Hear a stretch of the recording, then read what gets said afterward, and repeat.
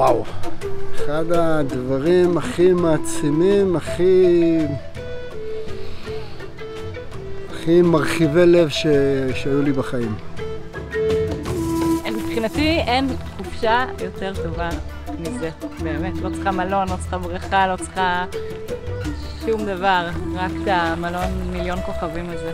באתי עם ציפייה, אבל בפועל היה כל כך הרבה יותר גדול ועוצמתי. אני קצת עם דמעות בתוכי, נורא קשה לי להיפרד. זה ממש היה מסע שלא זזנו בו, אבל כן, זה משהו שם, המון דברים זזו.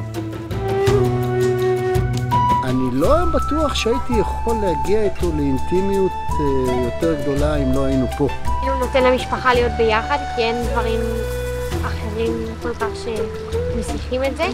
למדתי לראות את הילדים המקסימים שלי, איך מסתדרים לבד, וגדלו, יודעים להיות עצמאיים. והיה לי ממש מדהים להיות עם המשפחה שלי. זה כבר לא הפעם הראשונה שאנחנו פה ביער, בגיאורגיה. כאילו היער התווה לנו את הדרך.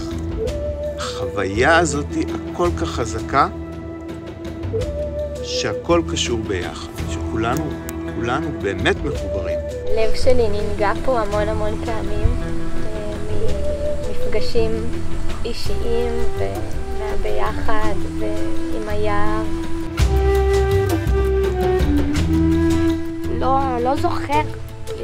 לא זוכר כלום באמת. מרוב חוויות, מרוב דברים, יותר מדי.